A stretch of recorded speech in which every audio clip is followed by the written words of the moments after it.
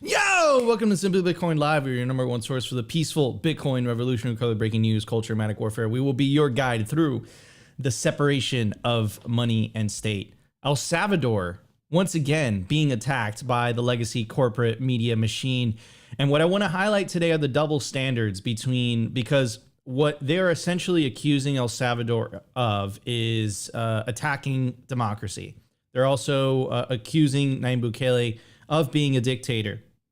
And a lot of the things that they're saying are true, right? El Salvador disproportionately has imprisoned a large percentage of their population in order to reduce crime. Now, they've been successful at doing that, but that also gives ammunition to the international cabal of fiat money, in my opinion. That's really what it was, because I don't think they were really caring what was happening on in El Salvador before they made Bitcoin legal tender. I think that's really when this international media propaganda machine, fiat propaganda machine, really put their crosshairs on this Central American country. And here's the thing. Other countries that have a much worse human rights record have been ignored. They haven't even been covered by these same legacy media publications, right? So I just kind of want to highlight the double standards of that. And on today's episode, we are going to play devil's advocate.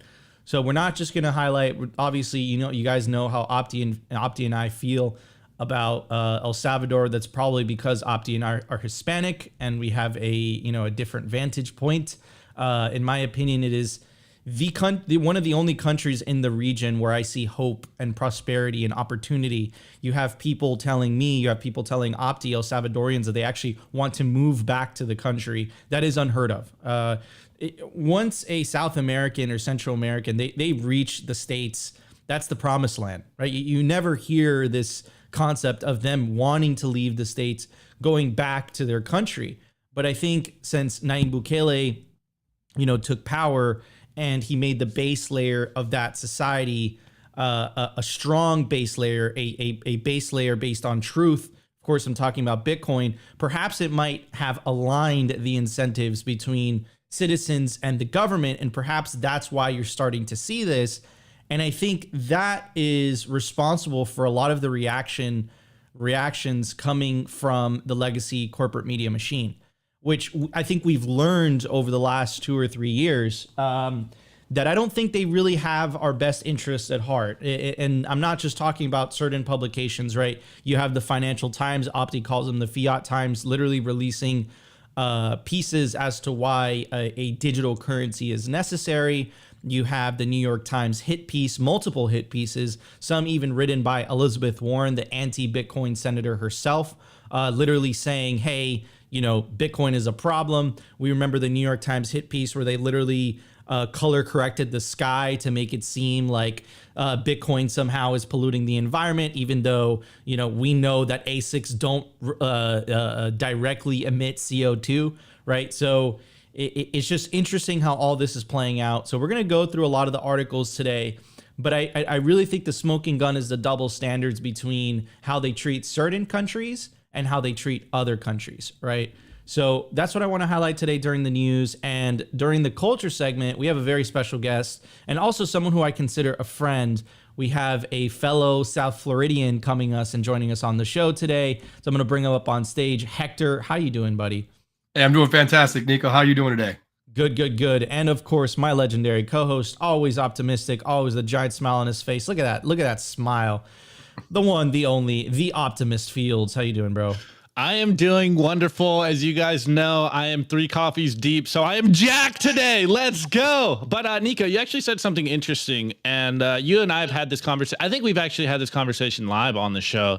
It's the idea of being a first-generation American and feeling like we got sold a bad bag of goods with the American dream. And I'm a holdout, but it is very interesting to have these conversations with other Salvadorians, other Hispanics that are like, I would love to go back home. I love what Bukele is doing, and it's like, man, I wish that would happen in my home country of Mexico, but I'm an American and we are America first. And let's make sure that America stays the best place to live, because it really, in my opinion, is, like the last Alamo, the last bastion of freedom. And even though it does seem like it's crumbling in real time, I'm still holding out. I still have hope. As you can tell, I have a good American accent here, so my Spanish is not the best. Hence why I'm like, I love my home. Let's make sure America stays great. Yeah, 100%. Let's try to hold it down. Let's see if America is able to return back to its first principles. I think the original foundations of this country are, it's almost as if they could have been written by Bitcoiners, right? Like it's so, it's perfect for each other. It's a match made in heaven.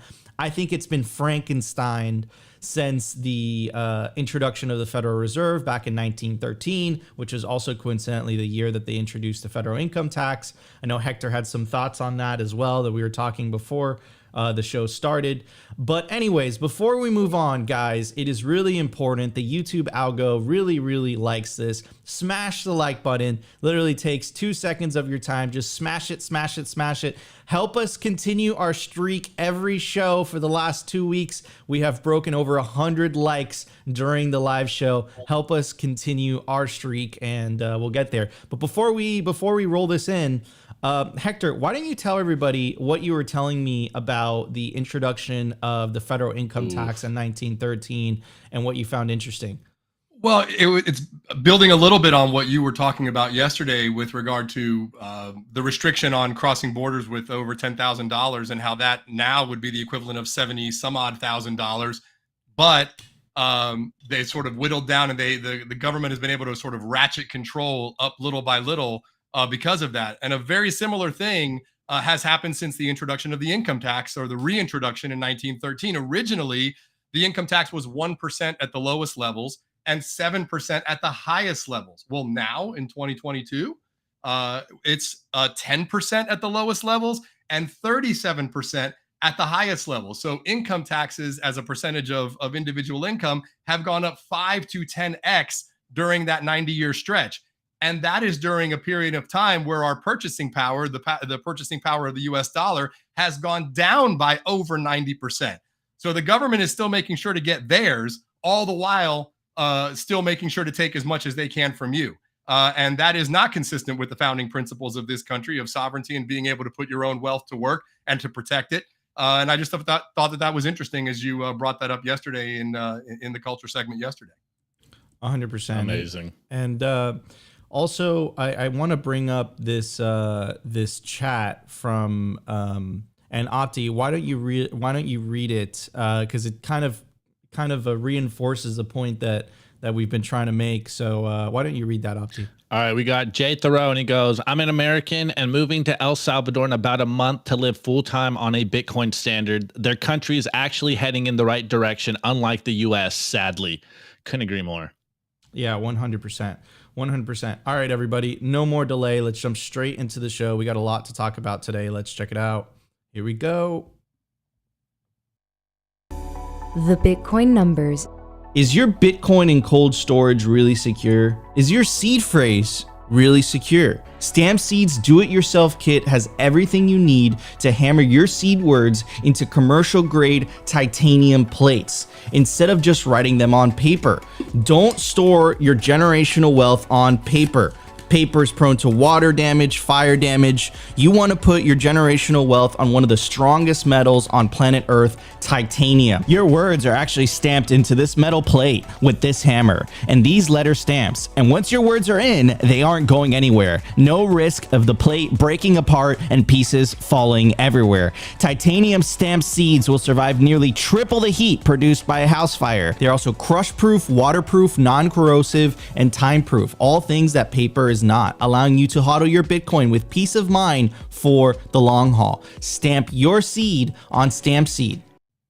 All right, guys. Also, you could scan the QR code on your screen. We made it easy for you guys. It will take you directly to the Stamp Seed website, and you can use the promo code SIMPLY to get yourself a 15% discount, anything on the Stamp Seed website. Definitely recommend you properly secure your generational wealth. put it on titanium. Don't put it on paper. Don't put yourself in a position where you have to explain to your grandchildren why you lost your Bitcoin. Anyways, at the time of recording, the Bitcoin price is 29,240. Sats per dollar, 3,420. Block height, 800,230.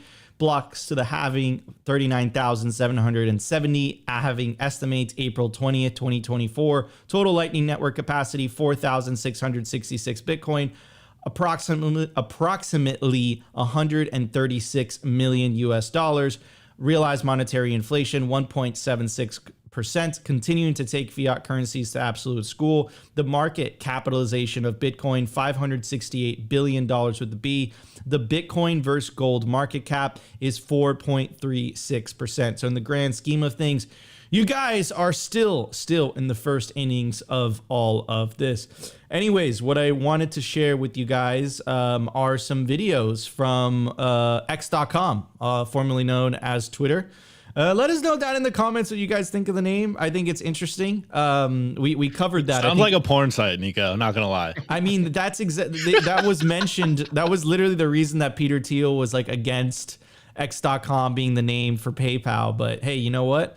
Elon's a billionaire and he bought Twitter. So, let's see what happens. Anyways, so a couple videos I kind of want to go through today. And this is a picture from Coinbeer. I believe he's also a YouTuber and he's a very good content creator. Obviously, he's more, crypto, not only Bitcoin stuff, but still we understand how hard it is to make content. And his production quality is pretty on point, even though we might not necessarily agree with the crypto aspect of his content. Anyways, it goes on to say, this is the future of payments with FedNow and CBDCs, biometric info linked to your social credit account, linked to your wallet, right? So let me play you a quick video of these, these ladies literally using their eyes to pay. And like if you just use common sense, how that can be abused. And there's actually videos in China where if your social credit goes below a certain score and you're trying to enter a train or any type of public transportation or their version of Uber and you try to get in there, they will literally say, no, you can't travel because your social credit system is too low. And what happens is that is a bureaucrat and central banker's wet dream because it becomes a forcing function of compliance. It's not that they're going to force you, totally coerce you to behave, to not have a gas stove, to only be able to drive 15 minutes away from your city, to if you've bought over a certain amount of steak per month, right? It's not that they're going to force you by gun, right? It's that they're going to ostracize you. They might publicly shame you. That's what they've been doing in China. But most importantly, you're not going to be able to buy certain things. You're not going to be able to access certain travel. You're not going to be able to access certain goods or services. So that incentivizes you, right? And we're Bitcoiners, so we're big believers in incentives. That incentivizes you to do what? To play by the rules, right? And what is that but not a form of slavery? So when we say Bitcoin or slavery, we are not exaggerating this at all. Anyways, here is a clip from Wide Awake Media, and it goes on to say, IMF Deputy Managing Director Bo Lee, central bank digital currencies will be programmable such that governments will be able to centrally determine what kind of people can use them and what kind of things people can buy with them in order to enforce their desired policy objectives, right? And just kind of, you have to connect the dots. This is what we do at Simply Bitcoin. We lay it out for you, but you guys have to connect the dots on your own. And I'm going to play you this clip and then we'll talk about it. Let's check it out. The third way we think CBDC can improve financial inclusion is through what we call programmability. That is, CBDC can allow government agencies and private sector players to program, to create smart contract, to allow targeted policy functions. For example, welfare payment. For example, consumption coupon. For example, food stamp. By programming CBDC, those money can be precisely targeted for what kind of people can own and what kind of use this money can be utilized, for example, for food. So this potential programmability can help government agencies to precisely target their support to those people who need support.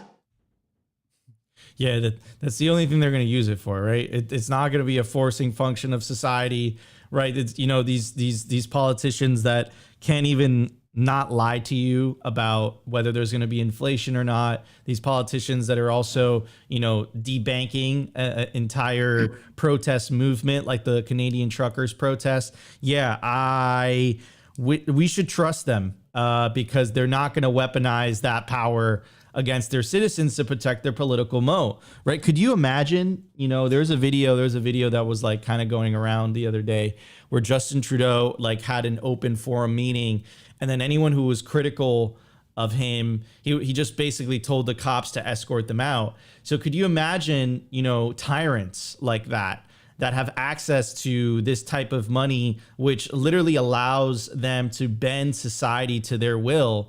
You know, that is a very scary future. And when I say Bitcoin or slavery, you have to understand, in the eyes of the current administration, the papers that are being released by the Treasury, they're very, very transparent on what they believe the future of money is. And in their eyes, the future of money are central bank digital currencies, right?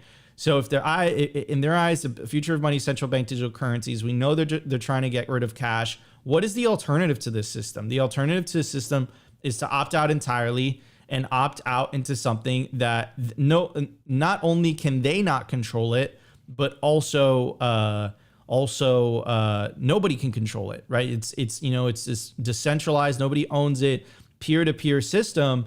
And then by having this decentralized peer-to-peer system, it takes away the power away from this elite bureaucratic class that think they know how to live your life better than you know how to live it yourself, right? It really takes away the power away from the central planners. That's what Bitcoin's about. That's what this fight is all about. And yeah, man, look, I am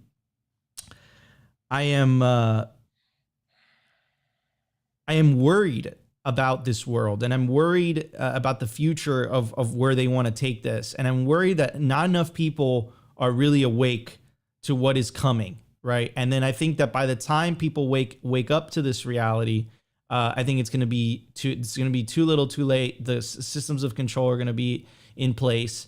And that's why I'm so optimistic about El Salvador. And I really believe this is why they're attacking it so much. This is why I'm so optimistic about developing countries, the global south, that have already lost all confidence in their local government's ability to control money or to issue money. So because they're going to be, you're going to give them a choice, and they're going to say, yeah, this Bitcoin thing sure sounds like a good idea. Now they're kind of in this transition phase where they still believe stable coins. You know, the thing about stable coins is that they provide like this false sense of financial sovereignty.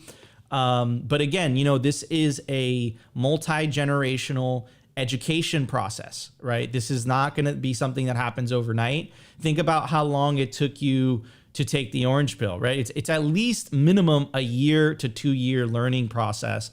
And the reason that I believe it takes so long is because you have to unlearn a lot of the things that were bestowed, or, you know, you were indoctrinated with living in the fiat matrix, right? This idea of, yes, money cannot function without inflation. Money cannot function unless it's issued by governments, right? Well, look, the writing's on the wall. We've played you guys the videos. We've shown you the data. We've shown you the sources time and time and time again. This is the world that they want for you. And this is what I got to say to that. F that. I choose to opt out into a money that doesn't steal from me, protects my energy, protects my time, protects my purchasing power. I refuse to use that. I refuse to use their money. And you know what? I think over time, as more and more people opt out, their tyrannical nature is going to expose itself more and more and more and more. And then eventually I predict that they're going to put themselves in a corner, and they're going to have to say the quiet part out loud, which they've been refusing to say, they've been ignoring, which is they want you to use the money that steals from you. This is the reality of it. Like, that's a cold, hard fact. They want you using money that steals from you. Once we get them to admit that, and once they're on tape admitting that, again, it's going to be very, very difficult for them to defend that perspective, to defend that viewpoint, especially now that Bitcoin has proven that a money can exist that not only does it not decrease in purchasing power over time, it actually increases in purchasing power over time. Opti, why don't you hit it, and then we'll move on to Hector. Yeah. First, to your last point, there's so much you need to unlearn from the fiat world to become a Bitcoiner, but I can definitely say that it's worth it. And being part of that journey and unlearning so much to becoming a Bitcoiner and getting on the Bitcoin standard, my life has improved like tenfold. It is, if I have to put a number on it. But before I jump in, that Trudeau video that you brought up, I saw it as well, and it's just absolutely ludicrous. And it's a trend that I'm seeing from all politicians, and even what do we call them? What the monetary demons, the productive, unproductive class, the parasite class, the fiat times class, whatever you want to call them.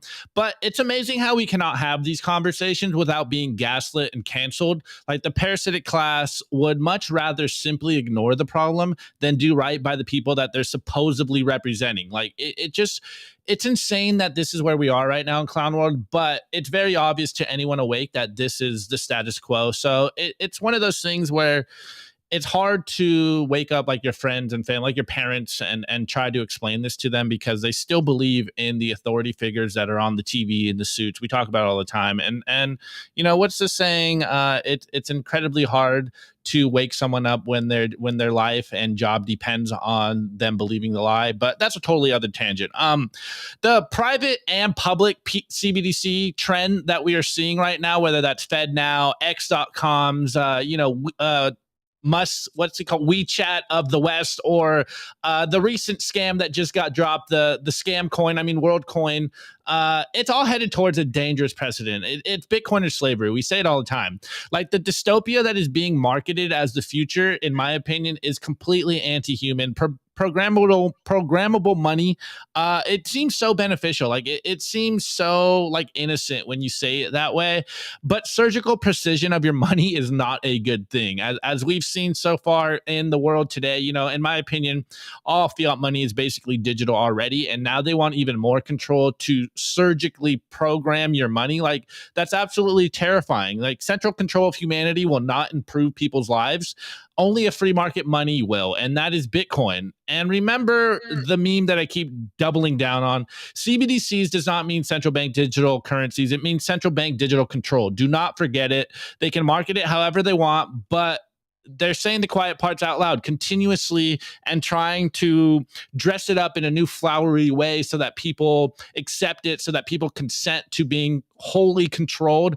And it's absolutely disgusting. And this is why we're Bitcoiners. This is why we double down on the idea of Bitcoiner slavery. You want to opt into a permissionless money, one that cannot be censored, one that cannot be debased, one that stores its value through time and space, and that is Bitcoin. There is a learning process to becoming a Bitcoiner, but I can guarantee you it is better than whatever is being marketed by these psychopaths over there at, in fiat land. It just, man, I don't know. Sometimes I feel like I'm so far down the rabbit hole. And again, it's that Zoolander meme. Like, I feel like I'm taking crazy pills all the time because it's so simple now. It just, your life is simplified on Bitcoin.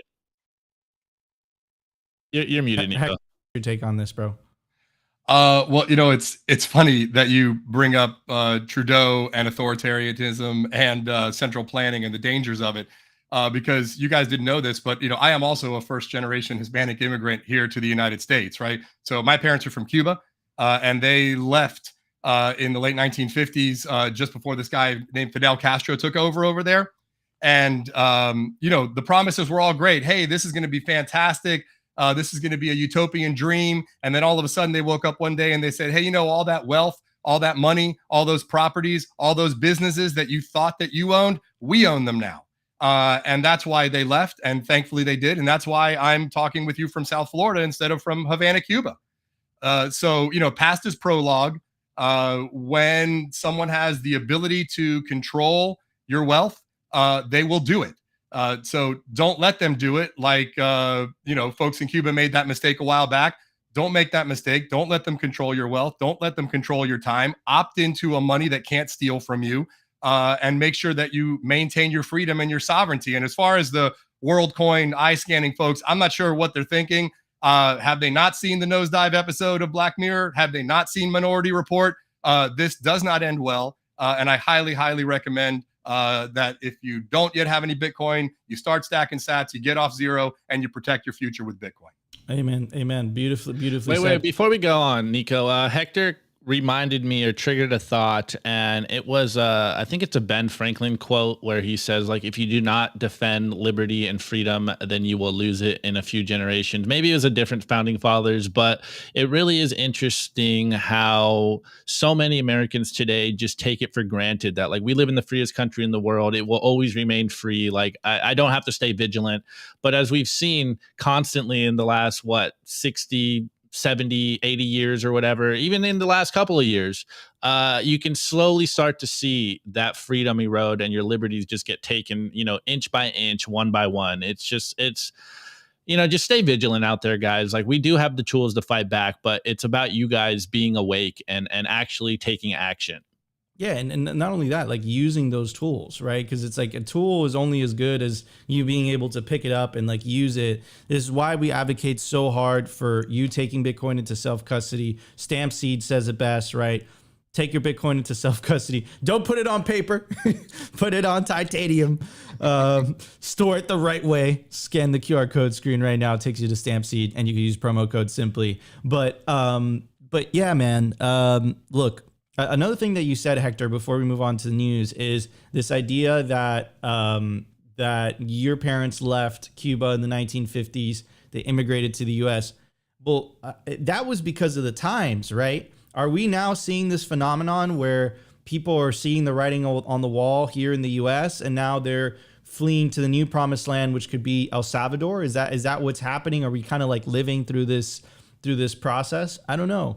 But, Bitcoin gives you this power, right? That I think that a lot of Cubans that were fleeing Cuba for the United States back in the 50s, I'm sure that they would have died for this, which is it gives you the power to bring your wealth with you. If you're in a pickle, you can memorize 24 words. I promise you that. If you are in a pickle, you will memorize those goddamn 24 words as if your life depended on it, right? And maybe you don't have that good of a memory. You memorize 12 words, but that's good enough. Right. But that's the point, right? This is the power of Bitcoin. It gives you the power to not only vote with your wallet, but it gives you the power to vote with your feet, but only if you take a little bit of personal responsibility and you take that Bitcoin into self-custody. I also want to give a shout out to the biggest Bitcoin conference on the face of the earth, Bitcoin 2024. It's coming up. It's the year of the halving. It's not going to be in Miami. It's going to be in Nashville, Tennessee, July 25th through the 27th. The tickets are going up. When we first told you guys about this, the tickets were $299, but they're going to continue to go up. So make sure to get your tickets quickly. For a GA, it's $349. For Industry Pass, it's $849. For a Whale Pass, it's $4,749. You can use promo code Simply to get yourself a 10% discount on these already discounted tickets. As the conference gets closer, these tickets will get more expensive. All right, everybody, no more delay. Let's jump straight into the news. We got to talk about El Salvador today. Let's check it out. The Daily News. The Daily News is brought to you by Blockstream Jade, built by Bitcoiners for Bitcoiners. It's an open source hardware wallet for the cold storage of Bitcoin. Check out the brand new limited edition color, the transparent green Jade. Blockstream Jade houses a full color camera, allowing for fully air-gapped Bitcoin transactions, scan and display QR codes directly on the device, assign transactions, and verify addresses with ease. Use your Blockstream Jade with your favorite wallet software, such as Blockstream Green, Blue Wallet, Electrum, Sparrow. Get yourself a Blockstream Jade today and take self-custody of your Bitcoin. All right, guys. So we're going to go through one by one. This is the Economist, like the Fiat Times, the Financial Times, like the New York Times. They're not very fond of what's going on in El Salvador. I think it has nothing to do with democracy. I think it has nothing to do with human rights. I think it has everything to do with the fact that El Salvador, since they made Bitcoin legal tender, is a threat to the powers at be and their ability to control developing countries using the IMF. Now that there's an alternative to the IMF, I think that really freaks them out. I think that really spooks them. So take a look at how many articles they've dropped on El Salvador over the last couple of months. I'm going to read you some of the headlines, and then I'm going to read you the last article. So first one is Nayib Bukele shows how to dismantle a democracy and stay popular. Others will learn from El Salvador's charismatic president. Okay. Dismantle a democracy by getting duly elected and having, some of, the 90% approval rating. Isn't that the whole point of a democracy, right? That if, you are popular and you win the election, then you become president and you stay in power. So like what is it exactly? I don't know. Okay, moving on to the next one. Nayib Bukele, another article. Nayib Bukele is wrecking democracy in El Salvador. Beyond the Bitcoin tech bro hype is an old-fashioned caudillo. Caudillo is the name that they used for Francisco Franco, which was the fascist dictator of Spain from the Spanish Civil War until the mid-1970s, where Spain peacefully transitioned to democracy. So in this, they're not just calling him a dictator. That Caudillo thing that they're referencing, or they're calling him, is fascist. They're calling him a fascist. And then also in that same line, Bitcoin is there. So in that same sentence, a fascist dictator president is wrecking democracy in El Salvador, even though he was duly elected and even though he has a 90% approval rating. But again, headlines are very important. We talked to you about how the importance of framing, right? Anyways, goes on to say El Salvador's authoritarian president is becoming a regional role model that is dangerous for democracy and human rights. Why is he why is he a regional role model? Because he dramatically decreased the crime rate. Therefore, he became popular. Therefore, he increased the economic opportunity for El Salvadorians, right? But that is dangerous to democracy and human rights. Are they basically saying that you should leave, these gang members on the street extorting innocent civilians? Are they, is that what they're promoting? I don't quite know, right? It's like it's so easy for you to accuse and to push past blame. But again, it kind of reminds me of that Roosevelt quote, "Judge not the man in the arena." I also think it's elitist as F for a Western media outlet to basically say, yes, in the developing world in Central America, things are just how they are in the developed world, and democracy runs smoothly, and you can deal with criminals a certain way, et cetera, et cetera. So anyways, you could say, okay, Nico, but they're probably saying this about everything. They're probably saying this about every country that's breaking the law or has a dictatorial government. But I'm going to compare you two things. So this is the Google search for The Economist and El Salvador. I'm going to read you some of the headlines. What the world's budding autocrats are learning from El Salvador. Nayib Bukele shows how to dismantle democracy and stay popular. Inside El Salvador's war on crime. Okay, there you could say, it's not negative. Young Latin Americans are unusually open to autocrats. And here's my favorite one. El Salvador's Bitcoin experiment is not paying off. This was November 17, 2022. They got that catastrophically wrong. Now, let's take a look at China. So I searched The Economist and China. And I'm going to read you some of these headlines. And you let me know which headlines are more positive or more negative. So the first one is China hits back against Western sanctions. Can academic joint ventures between China and the West survive? What if China and India became friends? A clue to China's true pandemic death toll. How much trouble is China's economy in? And I think this is my favorite one. How China trains its journalists to report, quote, correctly. Okay, so let's talk about China. So they talk about all these human rights abuses and all these things, these horrible atrocities that are happening because El Salvador jailed, their gang members, and now there's peace on the streets and all that. Let's talk about the Uyghurs. Let's talk about the Uyghur genocide, right? This is happening in China. So the Chinese government has committed a series of ongoing human rights abuses against Uyghurs and other ethnic and religious minorities in Xinjiang that is often characterized as genocide. Beginning in 2014, the Chinese government, under the administration of the CCP and General Secretary Xi Jinping, incarcerated more than an estimated 1 million Turkic Muslims without any legal process or in intermittent camps. So they put them in camps. But if you take a look at The Economist on a Google search, they're not talking about that. They want to talk to you about El Salvador. I just find that interesting. And then this all kind of reminds me of, why is this happening? And I always reference back to this article. And this article was written by Nayib Bukele himself, Stop Drinking the Elite's Kool-Aid, published by our friends over at Bitcoin Magazine. And it goes on to say, the most vocal detractors, the ones who are afraid and pressuring us to reverse our decision, are the world's most powerful elites and the people who work for or benefit from them. They used to own everything in a way they still do. The media, the banks, the NGOs, the international organizations, and almost all the governments and corporations in the world. And with that, of course, they also own the armies, the loans, the money supply, the credit ratings, the narrative, the propaganda, the factories, the food supply. They control international trade and international law, but their most important, their most powerful weapon is their control on the truth.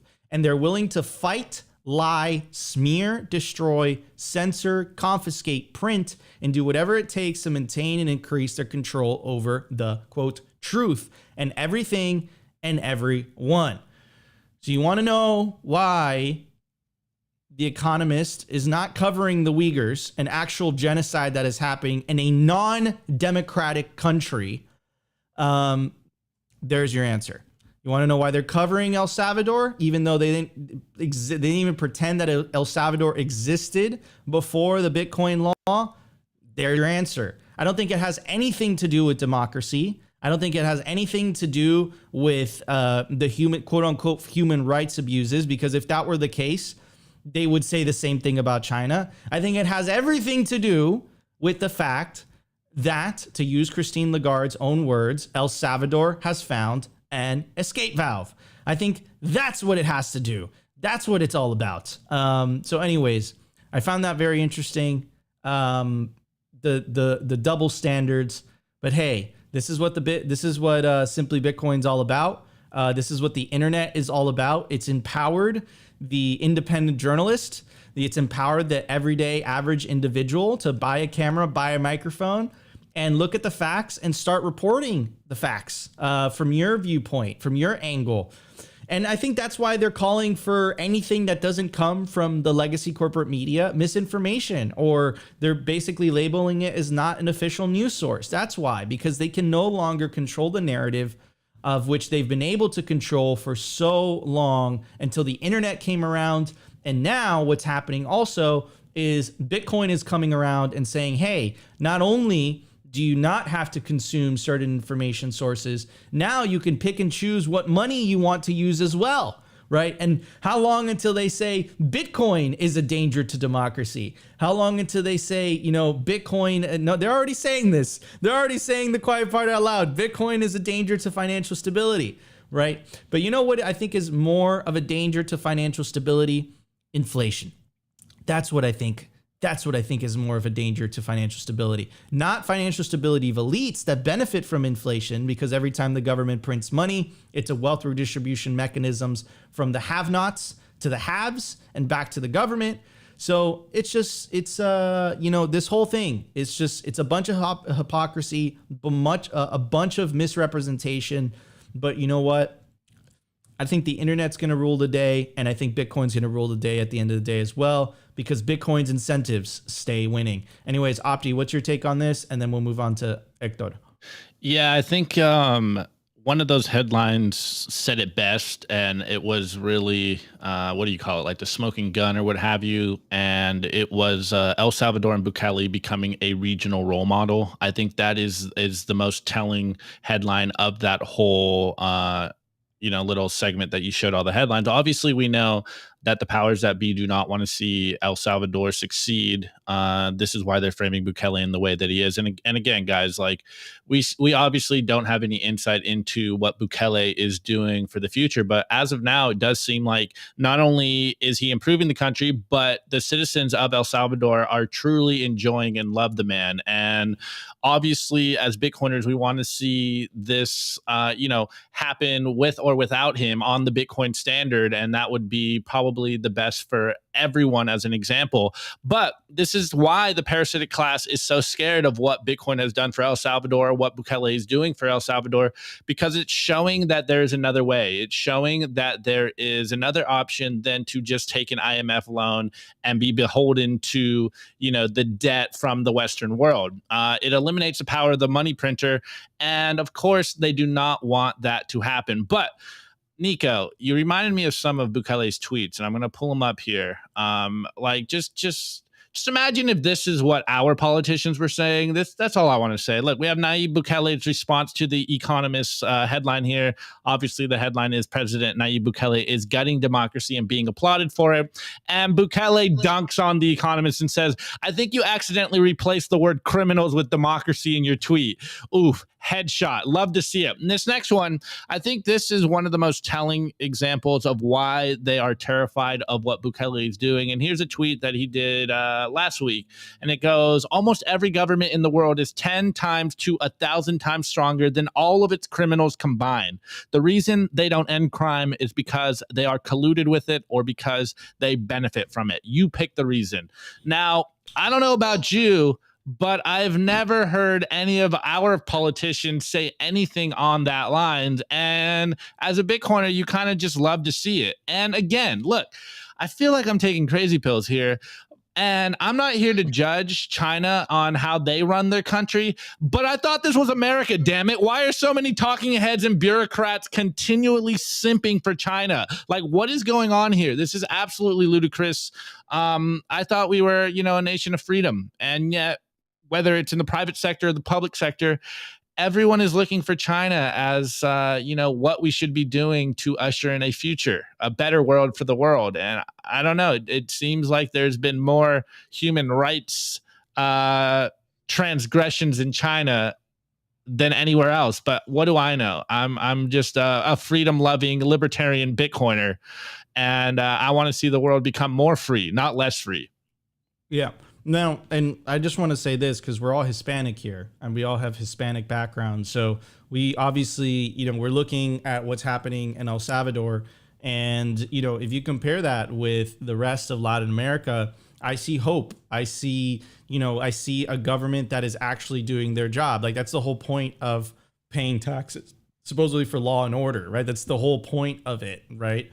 So I just find it interesting that, they're completely ignoring what's happening in an actual genocide, but they're highlighting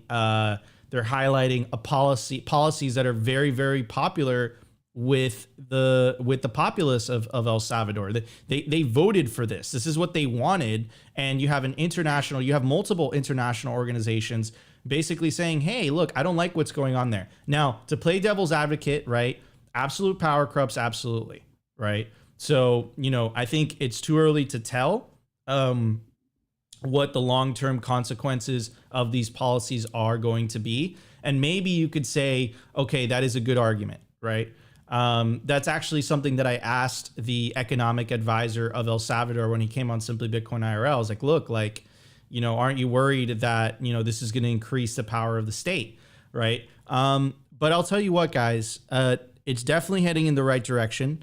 I think that we read you an article the other day. Also, the headline was all messed up about, kids in slums being able to play outside, about, in middle-class areas being able to run their business without fear of extortion and whatnot, right? And you know what? I think passing judgment and saying there is an alternative solution to this without presenting one, because there's definitely a bunch of other countries that you can point to, and you could see the crime there, and you could see the corruption. I think it's a lot easy to pass judgment, but as a Hispanic, personally, I find what is happening in El Salvador inspirational. And let's see what the future holds. And look, if for whatever reason, this turns south, we'll be the first to tell you guys about it. And the reason for that is because at the end of the day, what we stand for is freedom. We stand for is individualism, right? What we stand for is private property rights. What we stand for is capitalism. What we stand for is equal opportunity. And I think that really, I think that's what I'm seeing in El Salvador. And I don't see that anywhere else in Central and Latin America at the moment, right? Anyways, Hector, what are your thoughts on this, bro? From someone who, immigrated from Cuba, or his parents immigrated from Cuba, and you see what is happening in El Salvador. What are your thoughts on what's going on? And then also, what are your thoughts on the clearly biased reporting from the legacy corporate media? Well, I'll say that, El Salvador is a sovereign nation and they have the right to choose their own leaders.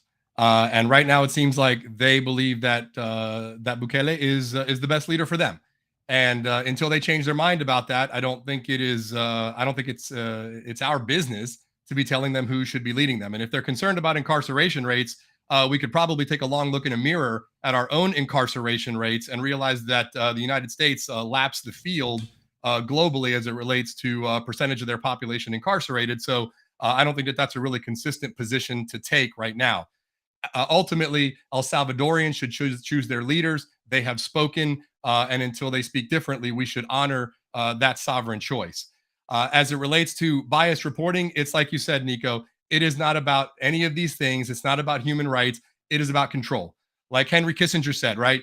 Those who can control food can control the people. Those who can control energy can control continents. And those who can control the money can control the world.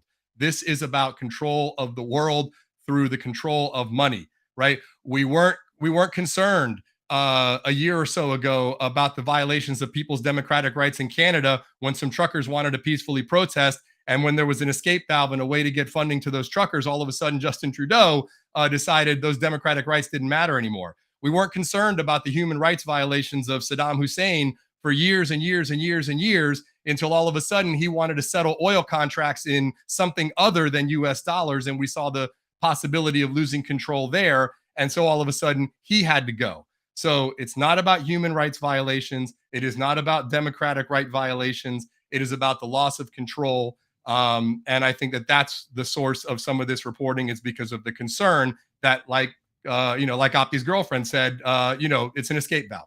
Yeah, absolutely. And I think that's what eventually led to their breakup. Opti was clearly had to be irreconcilable differences at that point. Clearly, Opti was trying to orange pill her, and then she's like, "No, Opti, I have a money printer. It is better than Bitcoin." And then that's what happened. That's what happened. Anyways, everybody, before we go on, they want an air horn because we got 100 likes today. Yeah, thank you for everybody. We broke 100 likes within the first hour of the live stream. We're on a roll. I think this is 2 weeks in a row. So shout out to you guys. This wouldn't be possible. So we really appreciate you guys smashing that like button. Anyways, I also want to give a shout out to our awesome sponsor, the Orange Pill app. It's important that you guys stack friends who are stacking Bitcoin. I'm sure that, it kind of feels weird, as you're going down the rabbit hole and you have less and less in common with the people around you. So there will be a time in the not too distant future where the most sought after demographic will be Bitcoiners, principled, devoted, patient, diverse, and loyal individuals who are the wealthiest single demographic. It might be worthwhile to make as many Bitcoin connections as you can. Now, while the getting is good, what's the best way to meet other Bitcoiners in real life? The Orange Pill app. The Orange Pill app is building the social layer for Bitcoin. The Bitcoin circular economy is coming, and this is where it starts with in real life connections. Find other Bitcoiners who live near you. who live close to you. Find plebs while you're traveling, or find them at nearby Bitcoin events. Plus, Orange Pill app recently enabled Zaps. You can zap your friends and zap events to help with the cost. To organize your next Bitcoin meetup, scan the QR code below, and when you sign up, you'll get 10K in Sats. Stack friends who stack Sats. So if you scan the QR code on your screen right now, that is the referral link, and you get 10,000 Sats when you sign up. Just like that. Easy like that. Anyways, everybody, no more delay. Let's jump straight into the culture. I'm really excited to talk to Hector today about what he's working on, and let's check it out. The Daily Culture. Brought to you by SwanBitcoin.com. Swan is the best way to build your Bitcoin stack with automated Bitcoin savings plans and instant purchases, serving clients of any size from $10 to $10 million. We love Swan because they incentivize self-custody and dollar cost averaging. What are you waiting for? Visit SwanBitcoin.com today. All right, guys, I want to tell you about the largest Bitcoin festival on the West Coast, October 5th through the 6th. The Pacific Bitcoin Festival. It's going to be in Los Angeles, California. Some of the speakers include Jimmy Song, Lynn Alden, Greg Foss, Preston Pish, Alex Gladstein, Corey Clipston, and many, many more. I'm going to be there as well. It's going to be awesome. You definitely don't want to miss this awesome Bitcoin celebration. Meet Bitcoiners in real life. Build up those real in-life connections. You can't replace those. And you could use the promo code SIMPLY to get 21% off your tickets to the Pacific Bitcoin Festival. I was waiting for the tee up, Nico. Anyways, Hector, I do have some tweets and stuff that you're involved in, things you've written for Bitcoin Magazine, but everyone really loves the how did you get into Bitcoin stories, the rabbit hole journey. So let's just start there. How did you find Bitcoin, and what's your journey been like so far? Thanks. Well, ironically, I first heard about Bitcoin on White Paper Day on Halloween in 2015 from a brother-in-law of a friend of mine, and thought it was interesting, but didn't pay much attention. Life was busy. Then about a year later, it came back around, and I heard about it again, and I said, well, maybe I should go ahead and pick up a little bit just in case it catches on, and started accumulating little by little for the next handful of years, and then around 2019 and heading into 2020, that's when I really went fully down the rabbit hole and just started consuming everything I possibly could about it, and just realized what a world-changing, groundbreaking technology it was. And so ever since then, I have been trying to educate friends, educate family, educate colleagues, and then transitioning into teaching some courses about money, banking, and economics and Bitcoin. And just trying to help more and more people get into the Bitcoin lifeboat and preserve their wealth. Love it. Love it. And before I ask you about how that journey has been going of educating people, you brought up a point, and I had this conversation this morning with a friend, the idea of like multiple touches. I think we all forget how many touches we had before we got into Bitcoin, and we get so frustrated with people like, you should understand Bitcoin right away. And you forget that you probably heard about Bitcoin like 3 or 4 times before you finally took the deep dive and understood Bitcoin, or at least just got your toes wet in holding and having a little bit of Bitcoin. But anyways, let's get into your orange pilling journey, because you had this article go on Bitcoin Magazine, and it's about orange pilling your barber. So how did you get to this idea, and what's the context of orange pilling the barber? What's the genius behind orange pilling the barber? Well, it was, like we all do, right? Once we learn about Bitcoin and we want to help educate others, we think about what are the circles of influence that I have. And so our family has been in the business of manufacturing garments for barbers and beauty salons for the better part of 40 years. So those capes that you put on when you go to the barber so you don't get hair all over your clothes when they're cutting it, we manufacture and sell those all around the United States. And so in thinking about orange pilling and talking with barbers about how they can improve their business, I love how they can improve their business with Bitcoin by saving money on transaction fees, so on and so forth. It hit me that, barbers hold a really, really unique place in every community in the United States and also globally, in that every kind of walk of life, every kind of person sits in that barber's chair for 20 minutes, 45 minutes. Sometimes it might be a couple of hours if you're at a salon for a long service. And it's the perfect environment to be talking about Bitcoin, whether it's you talking to them about Bitcoin while you're getting your service done, or whether it's them talking to every lawyer, doctor, business owner, teacher, stay-at-home mom, whoever it is. It's a terrific environment because it doesn't have distractions. It happens routinely, and it gives you a chance to have those multiple touches that you mentioned are usually needed in order for somebody to get it about Bitcoin and start stacking sats. So that was the motivation behind writing the article, to try to help people think about how to talk to their barbers about Bitcoin and orange pill them. Love it. Well, someone commented they tried to orange pill their barber, but he was not about it. So what is the process that you tell people to go through when they're trying to orange pill their barber?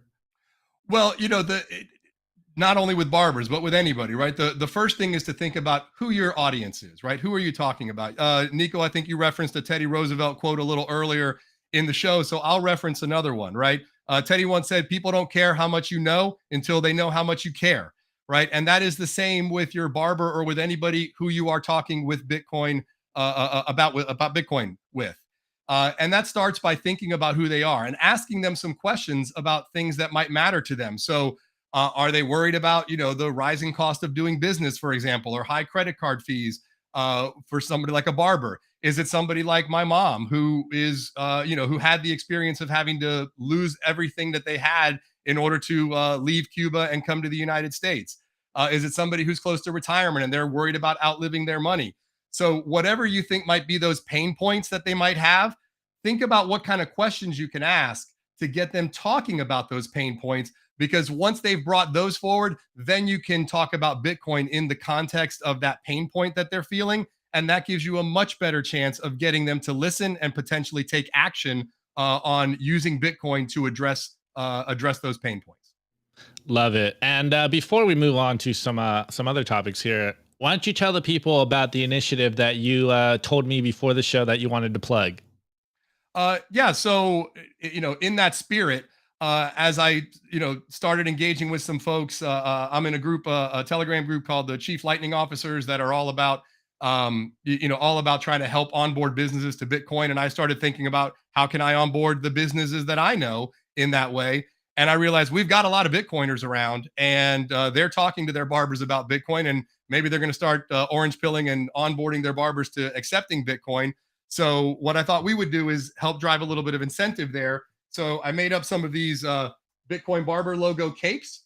And what I'm going to do is, if somebody has or does orange pill their barber and gets or their stylist and gets them to start using Bitcoin and accepting Bitcoin, Nico's got the one I made for him at the conference. Hit me up on Twitter, on Nostr, get a hold of me, and I'll send one of those capes to your barber or stylist, so that way they've got a nice conversation piece when they put that cape around their client. It's immediately going to start a discussion around Bitcoin and help us start orange pilling the world through barbers and stylists. Love it. Love it. Okay. Before, I think we got a couple more minutes. You did talk about being a part of the Lightning initiatives or whatever. And I have let me see, let me pull this up.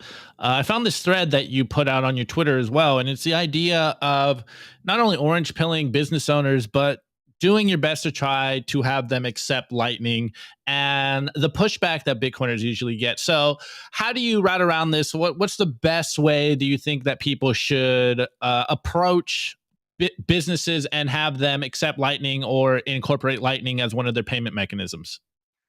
Sure. Well, it's going to be a little different depending on, the particular business owner's setup and what kind of, what level of work they want to put into it. Right. But again, it starts by asking questions, finding those pain points, and then helping them understand that, hey, with Lightning, you can accept, payments in a way that is as fast as cash, a lot cheaper than credit cards, and as good as gold, right? So whether that's just having them use a simple sort of peer-to-peer wallet transfer, whether that's Phoenix or let's say Strike, or if they want to implement a solution like IBEX, if they want something that might resemble more like a point of sale, or another tool like CoinOS, which also can serve that function. There are a lot of different tools that you can use. It depends a little bit about how interested the barber is and how they want to maintain their Bitcoin once they receive it. And that's something that I mentioned in the orange pilling article. If you're trying to figure out exactly how to talk with your barber, I'm happy to be a resource to you, and happy to have a chat with you about how to approach them, how to have that conversation, ask those questions, and then figure out what might be the right solution for them once they're interested enough to think about doing it. Great advice. And the last thing I have over here is I notice you are a part of some of the local meetups in your area. So maybe you want to talk about them and maybe get more Bitcoiners to congregate and meet up and continue to spread the message.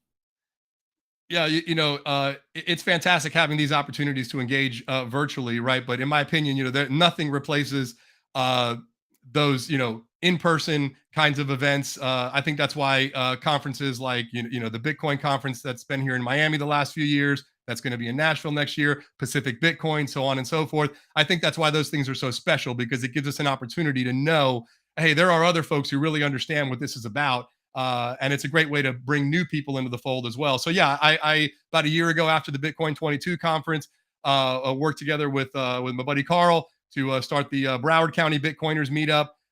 And we've been growing and building ever since. We've got a number of great meetups down here in South Florida.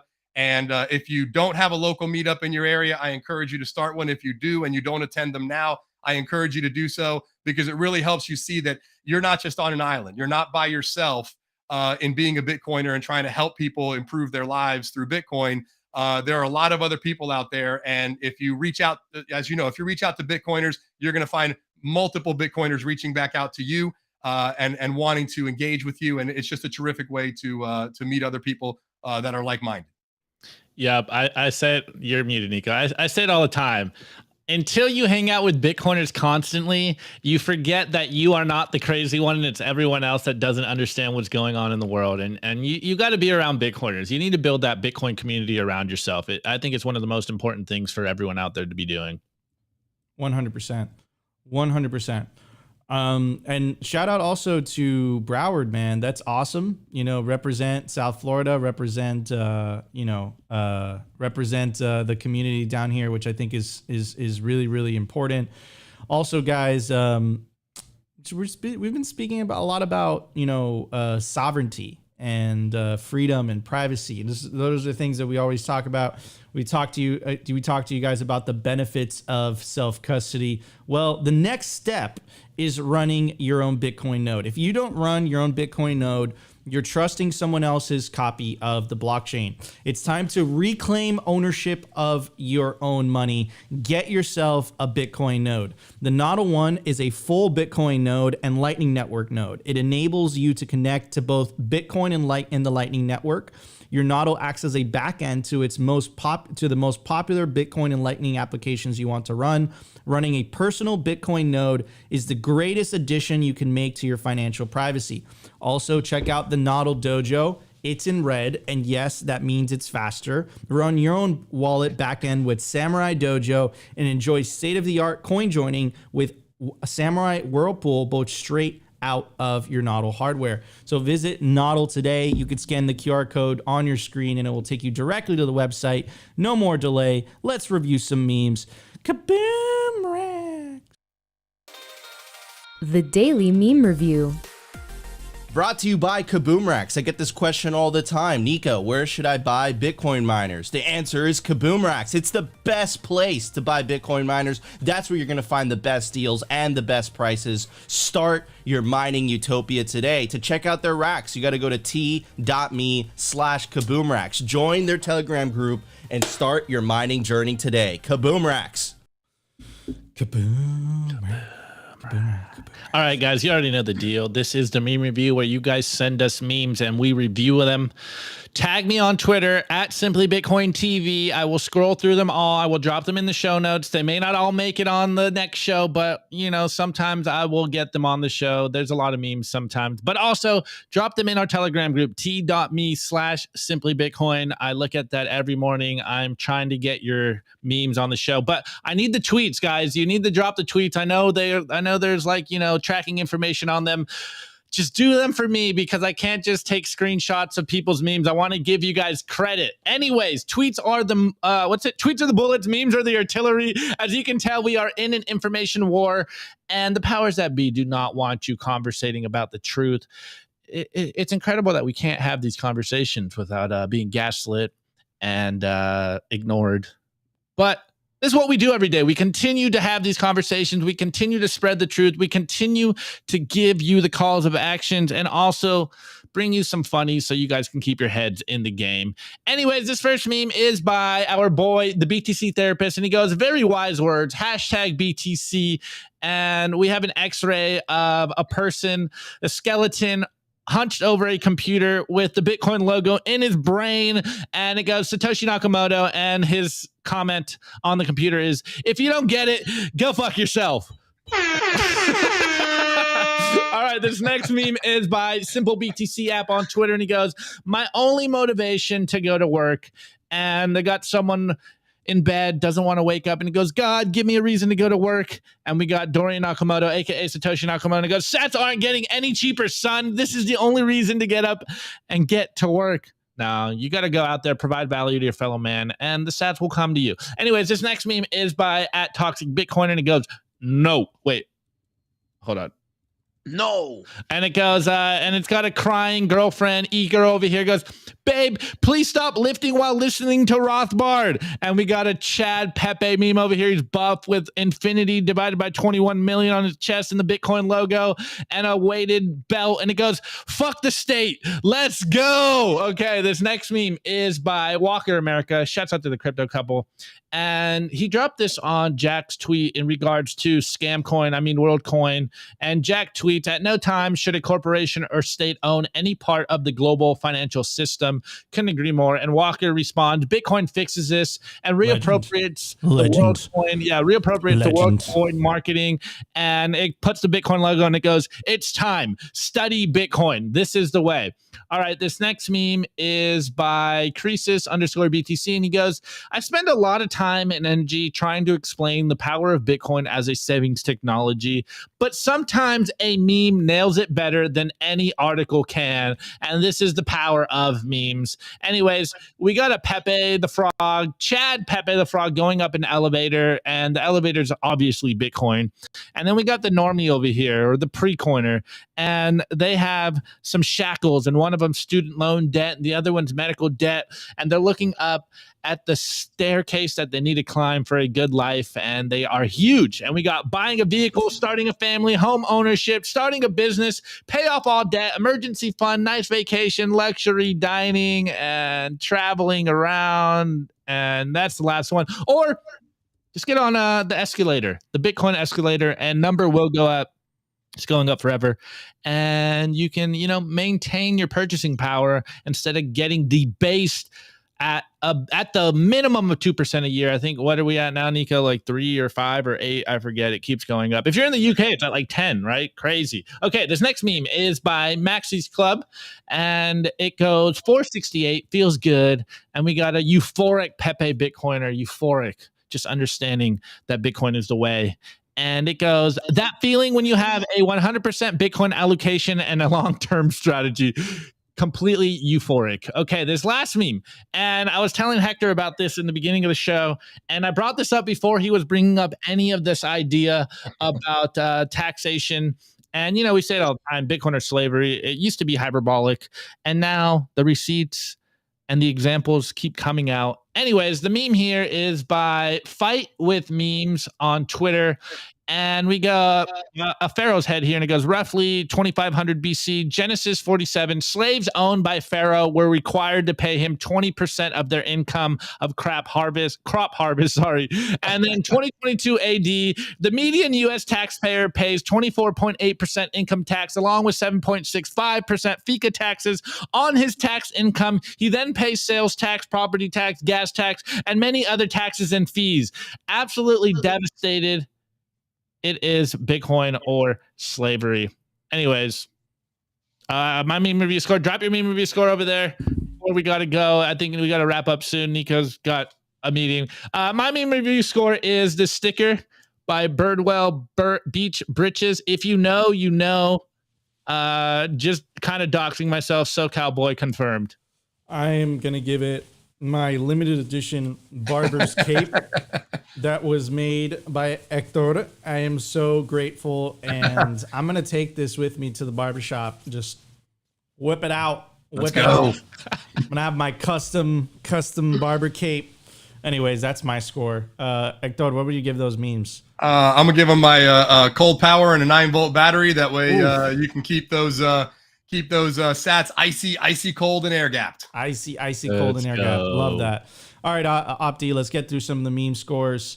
First one by Elaine. Score: central bank digital currencies, orbs, and shitcoins do their job sending plebs to Bitcoin. Let's go. Wait. Optimus You can't. Fields. I don't think you can read this one. Look, that one's a little. That one's on the edge. Shouts out to you, bro. I'm censoring you. Meme score: Bukele's actual democratic approval rating of 90%. And I think that's the tell, right? Is it really about democracy? Rave Elevator: I score the memes. The golf clubs I found in the trash that I sold for sats to my friend. This is the way. Let's go. All right. Secor05, all Florida barbers using Hector's barber gowns. Phil C, I give the memes 10,000 sats for one smashed world coin orb. I love that. We do not condone breaking private property, but maybe. Roman meme score: stack Bitcoin, yes. Stack Bitcoin, yes. No, Take NPC stuff. self-custody. Stack Bitcoin, yes. Stack Bitcoin, yes. Take custody. Yum. Opti is an e-girl in training. We will be releasing e-girl vertical videos on TikTok very soon, starting Optimus Fields with his shirt off. Bitcoin for I Canadians. love Bitcoin. Yum, yum. I give the memes barbers getting orange pilled far and wide, yelling Bitcoin. Beautiful. UTXO, I give the memes cosmetic surgery on my iris. And Hammer Saw, meme score: global government collapsing under the weight of their own debt. All right, awesome scores. He's trolling. All right, everybody. Hey, this is a family-friendly show, bro. Okay. I want to give a shout out to our special guest, Hector. Thank you so much for joining us on Simply Bitcoin Live. I love this, man. I will forever be grateful. We have to play pickleball. Thank you so much for coming on the show. Come on, let's go. Give Hector a follow right there. It's down in the bottom left of your screen, Hector Alvaro. And Hector, thank you so much for joining us on Simply Bitcoin today. Appreciate you guys having me. Thanks so much. Thanks, man. Take it easy. All right, guys. If you enjoyed the show, you know what to do. Smash that like button. If you feel like we provided you value, consider subscribing. But the number one thing you could do to push the peaceful Bitcoin revolution forward is share Bitcoin-only content, whether it comes from the magazine, whether it comes from Brunel, McCormack, Breedlove, TFTC, Swan Bitcoin, Stefan Livera, John Vallis, whatever your Bitcoin, your orange pillar of choices. Share that content, spread that signal far and wide. Don't share shitcoin content. That's counterproductive. We love you all. If you enjoyed the show, smash that like button. Like we said, really helps with the YouTube algos. If you want to join the after party, Opti's holding it down until 2 p.m. Eastern Standard Time. He's co-hosting the space with our friends over at Swan Bitcoin. Best place to build your Bitcoin stack. But guys, until then, I love you all, and we'll see you tomorrow for a brand new episode of Simply Bitcoin Live. Peace out, y'all.